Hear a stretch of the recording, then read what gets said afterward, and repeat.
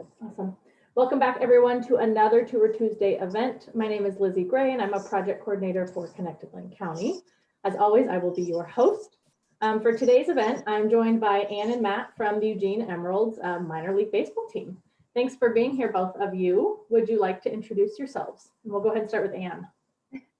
Hi, my name is Ann. I work for the Eugene Emeralds. I do community relations, retail management, and a little bit of social media, and a little bit of ticket sales scattered in. Okay, what's retail management? That would be our team store, all of our gear that we order, everything like that. Okay, great. Thank you. And Matt. Hi, my name is Matt. I am the assistant general manager for the Emeralds. I've been here since 2010 when we moved into PK Park. I handle sponsorship sales. You'll see all the signs and all the radio ads that we have all summer. In addition to handling all of the team's accounting. And also this year organizing a lot of our promos and all of our fun team nights and silly little games that we do in between innings. Nice, those are the best. So Yeah. You guys wear multiple hats. Nice, awesome. So before we start, everybody, I just want to remind you that you should have watched the pre-recorded tour of the EMS operation at PK Park. I believe Jenna sent it to you last week and then again this morning. If you have not watched it, make sure that you do so after this Q&A. And as always, while we are chatting, you are welcome to type questions into the chat box, or you can raise your hand and we can unmute you so you can ask your question aloud. I will get us started, and then please tune in with your own questions. So this is kind of a loaded question, but Ann, how did you wind up where you are? What was your career path from, like, let's go like high school and beyond? Okay. So in high school, I really just focused on writing. I was going to go into journalism. I went to school at Ohio University studying digital journalism. As that went on and as I started doing internships, I learned that I was more interested in making the stories than actually reporting on them. And so I got told to look into community relations and working with sports teams on putting their best foot forward and all their community events and everything, because it's really important for sports to have that outlet with the community that they live in. After college, I was lucky enough to intern with the Cleveland Browns for a year. From there, I bounced around a little bit until I moved out to San Diego, where I worked with a nonprofit called Pro Kids, the First Tee of San Diego, and teaching local youth how to golf and everything that comes with that. And after that tour ended for a year, I was lucky enough to find out about this position up in Eugene, doing community relations for this team. Okay, so you work in athletics. Were you an athlete in high school and in post high school? I swam growing up. I also played ultimate frisbee competitively. Okay, but not a softball player. You just happen to. No, I have no depth perception, so a ball coming flying at me scared me. Yeah, not swimming sounds much. Yeah, much safer. Good, awesome. Thanks, Ann. Okay, same question to you, Matt. Can you just talk to us about what getting here has looked like? Yeah. So, I mean, in high school, I played baseball, basketball, and football, then as getting into college, I went to school at UCLA, and I certainly wasn't going to make any teams there. I majored in business economics, which was kind of just a broad, I found economics interesting, but certainly wasn't drilling into anything specific about a career that I really wanted. It was mostly kind of focused on accounting, which I do, but that was kind of an accident. But coming out of UCLA, I'd done a couple internships. I'd done like a entry-level sales position for an arena football league team in Los Angeles that doesn't exist anymore. And my mom, about a year before I was graduating from college, gave me a book called Getting in the Game. It was written by, at the time, a guy that was the broadcaster for the Texas Rangers. And he, the main gist of the book was, if you go to the baseball winter meetings are every December. Well, they weren't this last December, but hopefully they will be this December. And they have a huge job fair where there's hundreds of positions open for baseball teams throughout the country, big league, minor league, everything. And so my graduation present was to get a trip to Dallas, Texas, and go to that seminar, or go to that job fair. Received a couple different job offers. Ended up taking one with a team in Southern California called the Lake Elsinore Storm. Worked there for a few years. That was where I really started doing all the game promotions and kind of getting into the fun side of that stuff while doing some sales. Had an opportunity to go to Australia for a couple of years when they were setting Major League Baseball was starting the Australian Baseball League in 2009, 2010. And so I was able to go there for a couple of years, just kind of help them set that league up. And then in that time, got an offer to come here to Eugene, and now heading into my 12th year here, and just kind of continue to just pick up different. When I first started in Eugene, I was marketing, doing sponsorship sales. And in like 2013, I took on the role of accounting and still did sponsorship sales. And at some point, I can't remember what year, I took on the broadcasting role. I was actually the play-by-play broadcaster for the home games when we're here at PK Park. Wow. So people might recognize your voice. If Maybe avid M's fans. Yeah, if they've been paying attention, yeah, they should. So, okay, so you went to a conference and you said right after graduating from college. So what does that make you, 21, 22?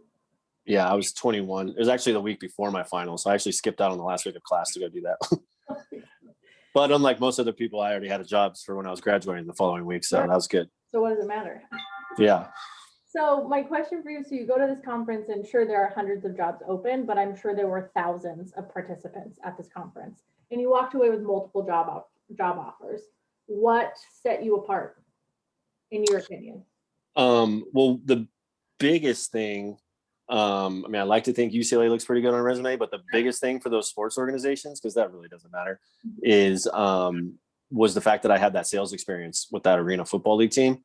Arena football, very similar to minor league baseball. You're really selling the fun, the atmosphere, the coming out to a game with your friends and your coworkers and your family, as opposed to selling, come out to the Major League Baseball game and see the Yankees. Right. So having that experience set me apart from other people that, maybe had some more basic, generic internships. I had specific experience with calling people on the phone, asking for sales, and making sales in the ticket world. Okay. And a job like that, or multiple jobs like that, exist within your sales team at the M's, right? Yeah, we're actually looking to hire people, now that COVID is hopefully waning a little bit. We lost a decent percentage of our staff, and honestly, in the next few months here, especially heading in towards next year, when we're hopefully back to, full on capacity and stuff like that, we're going to be looking to hire 3, 4, 5 people here in the next few months. That's great. Not great that folks lost their jobs, but great that you're at a point where you can hire some back. Just a quick plug for students on the call. The hiring fair begins next week, and Eugene Emeralds will be there with their job openings. So if you like what you hear in this Q&A, we also have our applications online. If you go to our community page on our website, they can submit applications. We're looking for employees to work our concessions, our parking, our cleaning crew, our box office. So we have a bunch of different openings. Okay, great. All kinds of jobs. Awesome. So I've heard you both talk about different degrees, but is there anything, did you have to gain any kind of certification, or did you need a specific degree to get the job that you're in now? There's probably in the interim, in the 15 years since I graduated college, the sports management programs have really taken off. There were probably a few around the country when I was in school. It never even come across to me as like an option, but it's really become popular. There's the Warsaw School across the river here at the U of O. But to be honest, for our position, like, we actually kind of like people that study different things, so they have a little bit of a broader scope. We'll teach you what you need to learn. So as far as like a certificate or a specific degree, sports management is certainly one of the most popular majors that we see on resumes that we receive. But it's certainly not a prerequisite. And, I majored in business economics. Our general manager majored in film studies. So it is, it's not a requirement. Got it. Okay. And Anne, same for you? Yeah, so I have the journalism background with a minor in economics. my journalism background definitely helps when I'm writing press releases or stories for our program. But really, like Matt says, you learn everything you need. It's more about with sales personality and just the outgoingness and willing to talk to people is more of what we look for than education, I would say. Sure. And I mean, I feel like you've both demonstrated a ton of flexibility and adaptability in your job descriptions. So I can only imagine that a person who would say no to being like, you can do our accounting this year. Matt, if you had said no, I don't know how that would have looked. Well, to be honest, it was 2 weeks before the season was about to start, and our accountant put in his 2 weeks. So literally his last day was going to be our opening day. So it was really out of necessity as much as anything else. But I've really enjoyed it because it allows me to see the backside of the business and be putting together all the sales reports and financial reports that go to our ownership group. So it's really kind of gotten me more hands-on in the business side of things as opposed to just doing sales and promotions and that stuff. Got it. So, I mean, you say it was out of necessity, but you yourself are not the Eugene Ems. So what is it that makes you feel like responsible to take things like that on? That's a commitment to the team for sure. Yeah, and the Emeralds, I think we're a pretty different work environment than 99% of other businesses that you might talk to. I mean, a lot of people probably say it, but like we really are a family. I mean, a lot of people, maybe out of the 8 people we have on staff, I think 2 of them are Eugene locals. Okay. So a lot of us have come transplanted from other teams, other states and stuff like that. But we're really tight knit. We spend a ton of time together in the summer. You know, there's always different issues and problems, which is why, you know, if there was an organization that was built to handle COVID, it would probably be a minor league baseball organization. I'm not saying that we want to be dealing with all this stuff, but, you know, solving problems, figuring stuff out at the last minute, that's basically what we do. So there is a real sense of family and a real sense of loyalty to this team that I think is even different than other minor league teams. And that's something that our general manager, Alan, has, you know, really tried to foster for the 12 years that we've been here. And that's what was actually really sad last year when we had to like let some people go. Cause obviously we haven't been able to sell a ticket or a hot dog for 18, 19 months. It's been a while.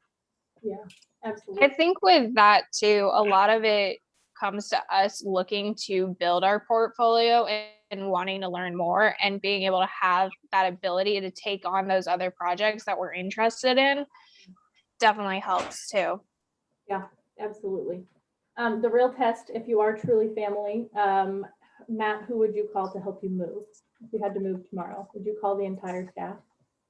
Well, it's funny you say that because we actually have to move in and out of the stadium every year. Yeah. So we've literally done that like 20 times. So, I mean, everybody's pretty good at backing a Penske truck up and lifting as much as they can lift. And we all know how to use a pallet jack. So I'll take anybody. That's awesome.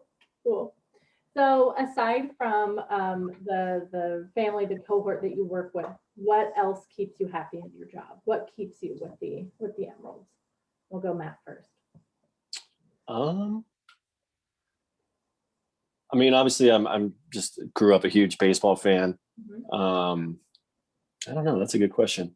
I mean, I think the thing that's most fun about it is that it's really seasonal. So like right now we're all stressed out because we're a month away from opening day. We got to figure everything out. And then there's like the rush of getting through opening day. And then once you get into like the rhythm of the season, there's a lot of hours, but you know, you still get some time off to hang out with your family and stuff.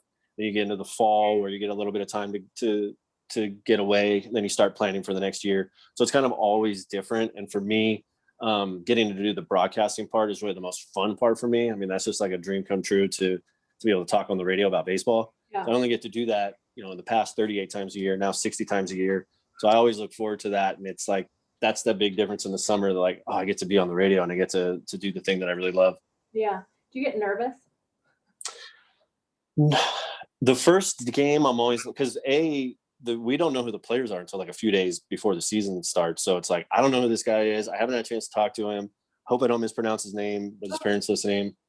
But normally after the first game or two, not really. But this year, I'm already kind of getting a little nervous. I haven't done it in almost 2 full years. So just bear with me those first few games. Okay, you got it. And what about you? What keeps you happy? I think, like I said, the ability to take on new tasks, and also like the community is amazing around here. And because I work with them so closely, like I said, I have a background with an NFL team, which is completely different than doing it on a minor league scale because it's a lot more in depth here, and those personalities are a lot more. So just having that connection and also being able to try new things and new programs. A lot of places are really structured and they don't want to take that risk. Here, I'm able to take the risk, and I'm able to either fly or fall. And either way, I know I'm okay. That's great. That's a good way to say it. Hey, Chris, hold on a second. So Get my headset on. now let's pretend like COVID never happened and our job shadow program was running as it normally does. And we were to send a student to job with you all at the Eugene Ems. What could they see? What kinds of jobs could they see? Yeah. I mean, it really runs the gambit. You know, just trying to think of who's on our staff right now. We've got, you know, Chris is one of our operations guys and sales guys, and he sells all the picnics. And so on a game day, he's spending the whole day setting up all the picnic tables, making sure they all have the placards so the different companies know where their company picnic is at. And is getting the merchandise store set up, as well as getting all of her community groups and nonprofits organized. For me, it's knocking out some accounting from the night before, and then also getting ready for that night's broadcast, which I spent a few hours trying to research and to know as much as I can. We've got our graphics guy who's like frantically loading new stuff onto the video board based on what that night's theme is. Our food and beverage guy is running around with his head cut off because he's got 100 different employees and he's making 500 hot dogs for over there and a bunch of hamburgers for over there. Okay. And then we have the box office that's answering any phone calls, selling tickets, and just like getting a will call set up. Okay. So a ton. Yeah. So I'm gonna just goof on what these folks are called. I'm gonna call them marshals. I know they're not. I'm picturing a golf course, but the aisle attendants, The ushers. ushers. Yeah. What is that a volunteer position? It's a game day employee. It's Yeah. Usually. Okay. So let's say a student wanted to job shadow an usher. They could potentially. Yeah, we can definitely make it happen. That's great. Okay. Just genuinely curious. I feel like they all tend to be the same folks. I feel like they're Yeah, I definitely try to keep them the same folks in the same section so our season ticket holders get to know them. It also just helps that they know who they're talking to in the section and being able to help direct and answer any questions. okay. Great. So you do themed nights. We've done a couple because we represent Lane County's like STEM coalition. Can you talk to us about some of those theme nights and how those came to be? I mean, they come to be because we sit around about 4 o'clock in the afternoon on most days, especially like in the winter and spring, and just come up with ideas. We try as much as possible to have them kind of tied to Eugene in some way. So like our most popular ones that we've literally done every year that I've been here, you know, Grateful Dead night. Obviously, there's like a Grateful Dead connection with the country fair. We have done Animal House. Obviously, Animal House, the movie was filmed here in Eugene, so we've done a different night where we wear togas and get dressed up and turn the whole stadium into a big frat party. We've done Or Dog Day. Dog Day. Day. You know, dogs are a huge thing here in Eugene. Trying to think of what, and then also just, you know, working with our sponsors. What do they want to see? Working with nonprofits, trying to help them out. You know, it was great working with STEM. I think that was like a excuse me, like a science promotion on like just around the time of getting back to school. So really just come up with different ideas. Sometimes it's topical as to what's happening that summer. So if there's a new superhero movie coming out, we might do like an Iron Man promotion or whatever that is. Or waste time. So yeah, it's really just sitting around, coming up with ideas that's topical to Eugene and to that year. And then hoping people enjoy it. Yeah, absolutely. So now we know what kind of jobs students could see if they job shadowed. What would a student do? So it doesn't sound like there's a lot of like hard technical skills that someone would have to learn in order to work for your operation. But what is something that a student could do right now while they're still in high school to like put their best foot forward as far as applying to work for you all? And I'm thinking of things like writing, communication, working as a team, things like that. And I'll shoot that to either of you. Well, certainly, like Ann said, we have our applications online.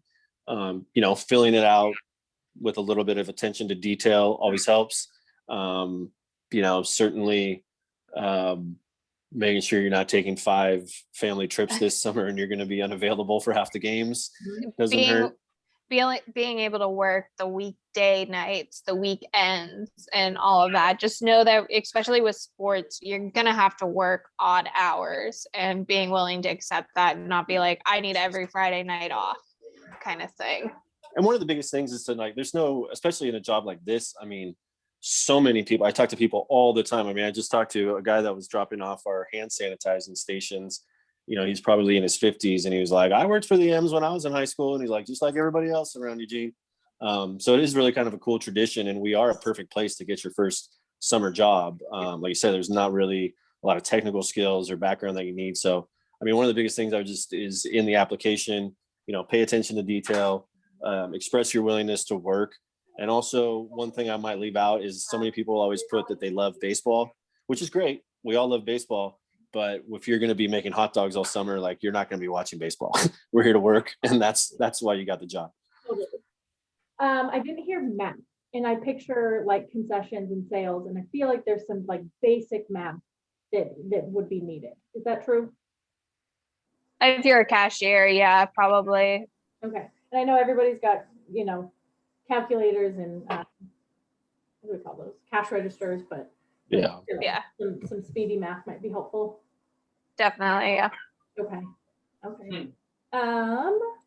I have, Anne, you mentioned that all of your jobs are posted on your website.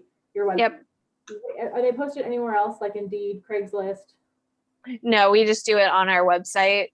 Okay. It's just easier because it's a form, and then it just makes it easier for collecting all the information. Okay, great. And just to plug it again, the end will be at our hiring fair. So if you hear of jobs that you're interested in, make sure that you attend. Okay, we have a question in the chat. Brianna would like to know, what's been the most rewarding and most challenging part of working with the M's or sports teams in this non-traditional way? Sorry if that was already asked. Not asked, Brianna, you're fine. So when you say non-traditional way, do you mean like during COVID? So maybe we'll start with the first half while she answers. But what's been the most rewarding and the most challenging part of working for the M's? I think for me, the most rewarding is when I work on a project that goes for a year and being able to see it in the end, because you put so much work into something, and then in the end you see it put on and put together. So like, I'll work all year with Relay for Life to put on their big Relay for Life event, and being able to sit back and watch it happen and see all the parts come together is really rewarding, and being able to hear people be like, I went to that event and it was amazing. The challenging part is that it's changing on a dime.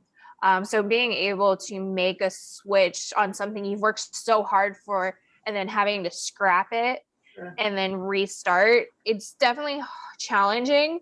But I think that's part of what makes it fun. Yeah, absolutely. Especially since you said that like a flop or a fail isn't going to be catastrophic. Yeah. It's going to be okay. You just have to learn from it. That's the big thing. If you fail, just make sure you learn from it, and that next time you're able to do better. Yeah, absolutely. What about you, Matt? I think the most rewarding thing for me is kind of getting to opening day and having like that first weekend where we pack the house, and you're like, all right, our 9 months of preparing for this, planning for this, calling people, selling all these tickets, it's finally come to fruition, and we have a packed house. Unfortunately, that's not going to happen immediately this year just because of the COVID restrictions, which is, I don't know if that question was specifically asking about COVID, but even if it wasn't, that is the hardest thing that we've ever encountered in my 12 years of working for the Emeralds. I mean, just the constant changing of things. I mean, even April 13th. So if you rewind like a year, we were like a month into the shutdown. And if you had called me last year, I would have said, yeah, we're going to have games. And like, we were opening day was supposed to be in mid-June, but we were like, we'll be in by late June, early July. Come on. And obviously the season didn't happen. if you would have called me, I talked to somebody in January and was like, yeah, we'll be fine by the time June comes around. And I remember the person being like, are you sure? I'm like, yeah, I'm sure. And now here we are. And it's like, not really perfect yet. And then at the end of the day, I mean, you look at California, they just announced last week that on June 15th, they're going to be going to full capacity. So it's kind of like, all this planning that we've done and all these arrangements that we've made, we might get to June and it might just be like, nope, you guys are good. Just open up. And we'll be like, oh, we did all that work for nothing. But, obviously everybody in the world is dealing with this. So there's no reason to feel too bad for yourself. What were some of the changes you were going to? There is a location. Well, our ticket director has been working on just numerous different seating plans. So essentially, we're going to do the pod seating where it's, the 3 or 4 people that you came with to that game, but then the 3 seats to your left and the 3 seats to your right are all going to be empty. The row in front is going to be empty. The row behind is going to be empty. We still haven't been approved to have all of our suites in full use, but we've been trying to work with the university on putting up these partitions in between the suites. We have to make sure that they're all safe, that they won't fall over, that a foul ball won't shatter them, all these different things. And then just layer on top of that the fact that when we moved to this stadium, it was never intended that we were going to overlap with the Ducks season. Right. So we always started in mid-June. They ended in late May. We had a couple of weeks to move in, set up. It's always worked out pretty well. Now we're starting in early May. And so there's games that overlap and practices that they need to have practice time. So, I mean, that's just been a huge challenge. And to be 100% honest, we're opening up. Our first home game is a month from today. And we're not really 100% sure how it's all going to work. It's going to work. Like I said, we figure it out. That's what we do. Yeah. But it's been a challenge for sure. Let you know what I've done so far. What stuck out to me on this tour was how, because we toured it when it was the Duck Stadium, so just how branded everything is. And then I've been to very few Duck baseball games, but I've been to many M's games. And so it's clear to me how much turnover truly happens in those 2 weeks that you talked about. Not to ask you a question you might not know the answer to. Yeah, if you let me edit, I'll add time or that crossover time. How will you decide what to brand and whose brand to use? To be perfectly honest, it'll probably be the bigger sponsors first. But I mean, we'll work as hard as we can to get it all up as soon as possible. There's actually a scenario that if the Ducks make it to the second round of the NCAA baseball tournament, their last game might be on June 14th. And what we're really looking at is our first real game. We're kind of reopening day is June 15th. So we might literally have about 18 hours to get it changed over. So we were actually just kind of talking about that this morning, and we're in that scenario. That's probably not going to work. But the main thing, like you see all the branding and the signage, we do about half of that. Then we hire an outside company that comes and does all the big light poles and stuff. So we're not up there on big machinery and stuff like that. But the real big thing is the concessions. Because I mean, people can come and enjoy the game. If there's not a sign on the outfield wall, they don't care. Right. But if they can't get a hot dog, a hamburger, or a soda, they're going to be upset. So that'll be priority number one for sure. Okay. Interesting. And just turning that over so that you're not using the Ducks concession stuff. I mean, we bring in all our own equipment. We have a storage facility in Springfield that we rent 2 big Penske trucks, and we go back and forth, probably make about a dozen trips in the course of a couple of days. And then we just throw all this stuff into the stadium and then start putting it where it needs to be. I bet you, if you wanted to put out a call for volunteers for that 18-hour period, you would have so many. That's great. It'd probably be more of a pain than a help. But I mean, if that's truly your window of time, I think you'd have a ton of hands interested in helping. That's not a bad idea. I know they do that stuff in Green Bay when it snows really bad. They have people volunteer to shovel the snow. We could do that. Like this. Okay, so we clarified, and she said it sounds like we're hearing about a lot of job opportunities that people don't normally think about in the sports world. So thank you for clarifying, Bree. How can working with the M's lead to larger job connections, pro baseball or other sports? Have you seen that happen much? Yeah, the sports world is really well connected. So people who work with a minor league team will definitely hear about other people working for minor league teams. And because with our team, we're a part of major leagues, so we get the trickle down of people. So you do start to meet above. and everybody shares ideas in the sports world. So there's definitely connections and a way to make your name known. But who said Um, this? I mean, your wife. Yeah, but where did she get it? So yeah, it's a lot about connections, and it's definitely, sports is all connected. Very cool. Yeah, and I'll also add, like, us specifically in Eugene, we're part of the Elmore Sports Group. Mhm. So a gentleman named Dave Elmore and his sons DG and Doug all own the teams, own our team together, but they also own 7 other teams around the country. So certainly there's been a lot of movement. If there's a situation where somebody's kind of like plateaued in a position, but maybe there's a higher position at a different one of the teams, that's always an option. And then as far as networking up and down the minor league ladder, as a San Francisco Giants affiliate, this is our first year as affiliate, but like with the Cubs, we'd go to different events at meetings and you meet the other affiliates and meet the people with the Cubs. So, I mean, it's all about networking, and, a lot of it's kind of random, dumb luck sometimes, the way people fall into positions. Like one guy from the Cubs that was our like main liaison with the Cubs, he had done an internship in the accounting department for the Cubs. And then all of a sudden something happened and yada, yada, yada. He was like working in baseball operations. And he's like, I'm not even really sure how that happened, but, good for him. And now he's moved on and he's working with the Astros. So yeah, things move, they move quick. And honestly, right now is probably a really good time to be looking at the sports industry, just because there's so many open positions, because so many teams had to pare down, probably aren't fully rehiring quite yet because they're still at like half capacity, not going to bring in that much revenue. But I'm thinking in the next year, there's probably gonna be a lot of sports jobs opening up. That's great. Yeah. When COVID hit, I don't think any of us knew what it was going to look like for sports teams for a while. Like, and it was just this huge, like, oh my God, are we ever going to go to an M's game again? Are we ever going to, all of it. So that's great to hear.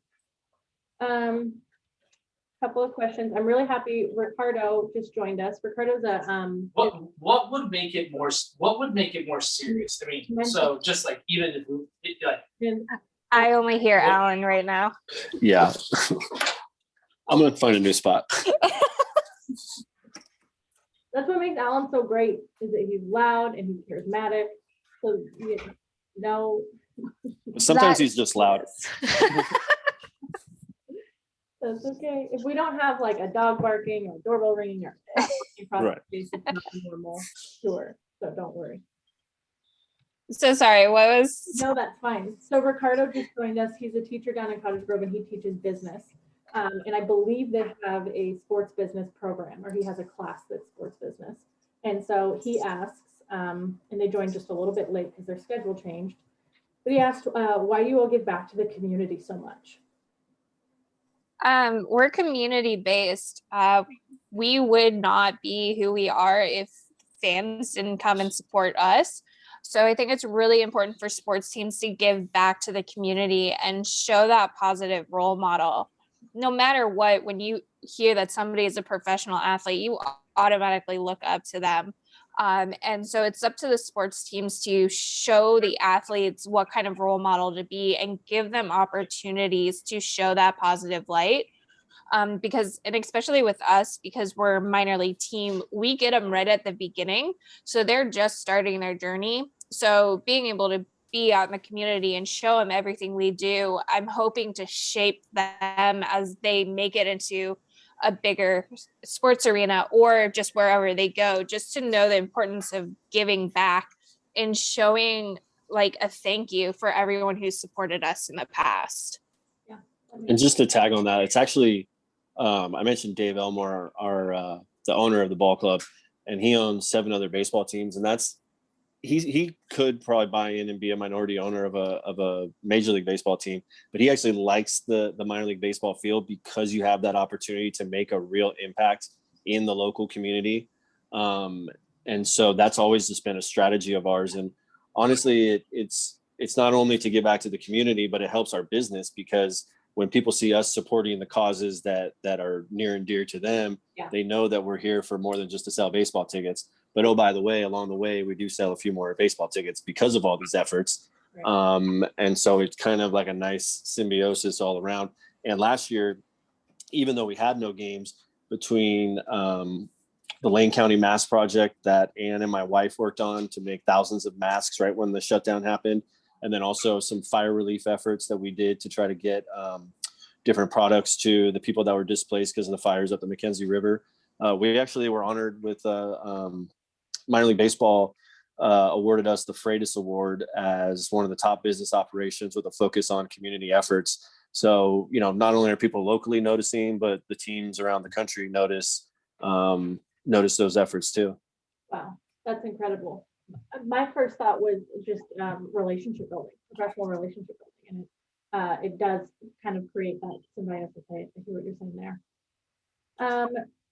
How successful has the Monarchas been in bringing in more diverse fans? And for those, can someone explain about that team, just so everyone on the call is aware? You want to take it or do you want me to? Why don't you go first, and then I'll fill in. Okay. So minor league baseball as a whole realized that there wasn't a lot of marketing to Latin America fan bases. And that's where a lot of our players come from. So they made this initiative called Copa, where each team would take on another brand or another name. And so we worked really hard with local minority groups to come up with the Monarchas brand. And if you look at our logo, there's a lot of different meanings behind it. So there's 33 dots for the 33 Latin American regions and areas. And then the butterfly has a migrant pattern and stuff like that. So there's a lot of meaning behind it. So we do every Sunday is our Monarchas game, where we have Spanish programs. We usually have that music there. We'll bring in local vendors and music groups. And so we definitely try to be more inclusive and reach out to those groups and try to get them more involved and feel welcoming, which is something that we really want to make sure that we are a welcoming place for fans to come, where they will come and they will feel safe. Totally. That's great. And so same players, same team, different jerseys, different branding, different vendors. Great. Yeah, exactly. It just has more of a Latin focus. And it's just kind of like a promo night wrapped up all year round. And have you seen it working? Excuse me. Have you seen it working? Is your fan base especially on those Sundays, more diverse? Do you have a way to capture that? I would say, yeah, from the concourse viewing, it's definitely more diverse. And it also, they don't just come to that game, they feel welcome enough to come to other games. So I definitely think it's worked. And we've also been recognized for our brand outside of the Eugene Springfield area, because a lot of people are drawn to the meaning behind our logo. That's great. And how long has that initiative been around? 3 years. Well, yeah, last year, I guess, doesn't really count, but it was 2018, 2019. And actually both of those years in the national competition, both years we came in second to Albuquerque, New Mexico. Wow. That's great. I've always wondered, for some reason, and I didn't look into it, I assumed it was a totally different team. I had no idea it was just M's players, but like representing a different logo. In 2018, we were also the only team to have our Monarchas branding when we won the championship. Cool. So it was actually Los Monarchas all over our championship stuff. That's awesome. It has been a little challenging to describe exactly what you were just saying, of how it's a little confusing. Like, is this a different team that's coming into town on Sunday? But I think, repetition obviously helps everything. So taking a year off didn't help, but that didn't help anything. So we'll get back at it this year. And, a lot of it's that pregame entertainment and music, food, all that stuff that you described. Yeah, absolutely. And I mean, that's coming from not a diehard M's fan. So it's possible folks hear the names of the same players and they connect the pieces that I could see. Ricardo would also his class would like to know, have some businesses wanted to just focus on advertising to that focus? Has it increased different advertising? I'm talking about community. No, I think Monarchas. I think so, Anne. Yeah, so advertising specifically with the Monarchas brand. Yes, he says yes. Yeah, we definitely have seen there's multiple different brands that wanted to move in that direction. And there's also, even very specifically, I was just talking to them today. The Lourdes Sanchez Law Offices, which is a bilingual law office, that speaks English and Spanish. I don't think they would sponsor us if it wasn't for those Monarcas games and that promotion that we started a couple of years ago. So certainly them specifically, yeah. Okay. So there's a question here that I accidentally passed over, but Christian would like to know, what's the most stressful part of game day? For me, it's pregame because you have to do a bunch of things by 7:05 or else coaches and umpires get really mad at you. Okay. And so that would be like all of our first pitches, any pregame performances or award recognition, our play ball, our national anthem. And so basically, as soon as I get told starting pitcher is ready, we have to go. And so it's making sure that all of the first pitches are in order. I have all of my players. If I have to go down, but we're still missing a first pitch, they come in late, they have to get run down. And then making sure I get all of the orders right and all of the names right. And so it's a lot within like 20 minutes. And so that's probably the most stressful for me. Please. Oh, my heart rate. Mostly because I don't want to get yelled at. Because if the coaches are on your bad side, it's never good. Ugh, geez. Okay, stressful. You went for that answer. How do you that? For me, I think it really revolves more around opening day. Cause like I said, once you get the season rolling, I get into a rhythm with my tasks. But opening day, especially on the sponsorship side of things, we've got all these different Google Sheets and all these different lists. So we got this sign up, we got these radio ads in, we've got this promo that happens in the second inning, and we've got it all planned out. And we've been doing it for years, but there's just always this, this feeling in your stomach of like, man, I hope we don't forget anything. And man, I hope I don't get an email from an angry sponsor tomorrow that was at the game that we missed to do something. I don't know if everybody has these nightmares, but I have recurring nightmares every year, a couple weeks before the season starts, kind of like missing your final in college. I always have this nightmare that I'm stuck on the concourse and the game's about to start. And I know I'm supposed to be in the broadcast booth about to start the broadcast, but I just can't get there. And I'm like, but the game's not going to be on the radio if I'm not up there. The worst. And then usually when I get to that height and frantic mode, then I wake up. And if you're superstitious at all, it's going to be really concerning to when you don't have that nightmare. Right. And I actually have kind of stopped recently. So maybe that probably this year I will get stuck on the concourse. Ricardo's class would also like to know who writes the scripts for all the ad promos and game activities. That's a good question. The script is For the ads, it comes from the companies themselves. They usually provide us with a script, or we have to get everything approved by them.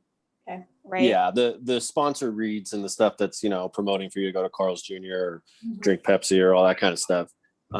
They send us that ad copy. As far as like the actual like games and how they're scripted and how they go, we kind of come up with all that internally. And we also are really lucky that we have a really good PA announcer that's been here for 8-9 years. Yeah. And then our on-field announcer has also been here for 5 or 6 years, and they work really well together, and they're pretty good at ad-libbing while they're describing the silliness that's going on in the field between innings. And our game day director kind of has every script and kind of just tells them, our PA announcer, where to go. Like if it's a foul ball, he'll say, do this read. So they all work together to make sure it all gets pulled off. Are they like walkie-talking? Because it's instant. Well, our PA announcer and game day director are in the same room. So they usually throw something at each other to get each other's attention and then tells them. And then our MC is on a radio with everyone else. Okay. And you said on-field announcer. I did not know there was an actual on-field announcer. Where do they sit or stand? Well, his name, Cam, has been the guy for the last 5 or 6 years, and he's kind of running around. He's depending on wherever the next promo is going to be. He's waiting with the contestants in the burger costumes, like outside the dugout. Okay. And so then he runs out with them, and then he's just describing to the crowd what the game's going to be like and that kind of stuff. I was picturing like somebody like watching the game from on the field and then like giving info, but I recognize that person with the microphone. That makes sense. Personal question: how do you pick sluggos that are so fast? Why do they always win the race? They get a really big head start. Well, no, I think you're talking about Sasquatch, right? Sasquatch is the fastest Sasquatch in the world. Is that the one? I feel like they always win the race, no matter what. Well, it may or may, if any of the students that are looking for jobs this summer are like really fast or really good at track, that's kind of how we hire that position, so we can make sure that we've got a Sasquatch that can win. Timing people. Okay, Exactly. make that on your resumes really, really fast. Yeah. Another fun question from Bree. What are your favorite between innings games? What are the ones you enjoy watching? Oh, jeez. I like the one where they make a hamburger out of themselves. That one always makes me laugh. I think the Sasquatch race is one that I always make sure to keep an eye on, just because it is pretty funny. Mine is ball brawl, when they go at each other with the balls and just go flying, because it's no holds bar. Like, they are out for blood on each of them. That's probably one that I will stop working just to watch that promo. We had one years ago that I don't know if it would be acceptable at this point. I don't know if the business, the OSHAs and the workers' compensation would like it, but we had one years back, probably 6-7 years ago, called Whack an Intern. And it was like whack-a-mole, where we built this big platform with a bunch of holes, and the interns would pop their heads out, and there'd be like a little kid with like an inflatable bat whacking them on the head. That was a pretty good one. Well, those blow up bats don't hurt, no matter how hard you swing them. Apparently, it took them a while to get those bats, so the ones they were using beforehand apparently might have caused some concussions. Our one person who's still with us is still saying. Oh no! Yeah, probably not acceptable for this time. Okay, I'm gonna call this one the very last question from Cottage Grove. Do you miss the old civic field? What are the benefits of PK Park over that? Well, me and Ann both came to the team after we had moved, but when I moved here in 2010, I actually got to go to the last high school game. I think it was South Eugene versus a team from Medford. So I did at least get to see one baseball game there. And I mean, it was certainly, even though I'd never been to an M's game there when it burned down in 2015, it was certainly sad. I mean, I'm a big fan of baseball, and I love baseball history. So a stadium that was built in the 30s and was one of the last like all wood built stadiums right there in the neighborhood. Certainly a loss for our community. I'm glad that they've been able to figure out how to, put in those new youth sports facilities there in the last couple of years. The benefits of PK Park, I mean, modern, there's a parking lot, which, Civic Stadium had 200 spots. Now we've got a couple thousand. I've been told the bathrooms are an upgrade. Big time. Bigger bathrooms. We actually have suites. So the corporate hospitality, there's a lot more stuff that we can sell at PK Park. But there's kind of a give and take, because like I was saying earlier, we have to move in and move out of the stadium every year. So, sharing the ballpark with a different club, even before we have this overlap that we now have, was already a bit challenging. And now it's really challenging, which is actually why you might've seen in the news that we're, starting the process of looking towards maybe being able to build our own facility. And with that, I mean, I think it kind of sounds weird to have another, like the stadium's only 12 years old. We need another new stadium for baseball in Eugene. But what we're really looking at it as is it'd really be a community place where, we try to have like the state championships for baseball held here, where they've been held in Salem for years. We'd want to have as many of the high schools have their graduations at the field, as many nonprofits as can have fundraisers at the field, concerts, in October, turning the stadium into a haunted stadium, and being able to bring folks in even when we don't have baseball games, Christmas events, Christmas parties, a light show, fireworks, all that different kind of stuff. So baseball would be like one small part of it, but if we had our own facility, we could do so much. Yeah, and I heard whispers it might be on the river. There's been sites, so many different places. It's really hard if not impossible to speculate. Yeah, absolutely. But I think it makes sense, especially with your extended season. The overlap with the Ducks doesn't make a whole lot of sense. So we're in favor of it. Cool. Awesome. Well, thank you two so much for your time. My last reminder, everyone who is joining us, Ricardo, in your class, please know that the M's will be at the hiring fair next week, and they have a ton of job openings, entry-level positions as well. So if you'd like to work for the M's, make sure you come to the hiring fair. Thank you both so very much for your time and for letting us come tour the stadium in a couple Yeah, months. thank you. Thank you. All right, have a good day, everybody. Bye.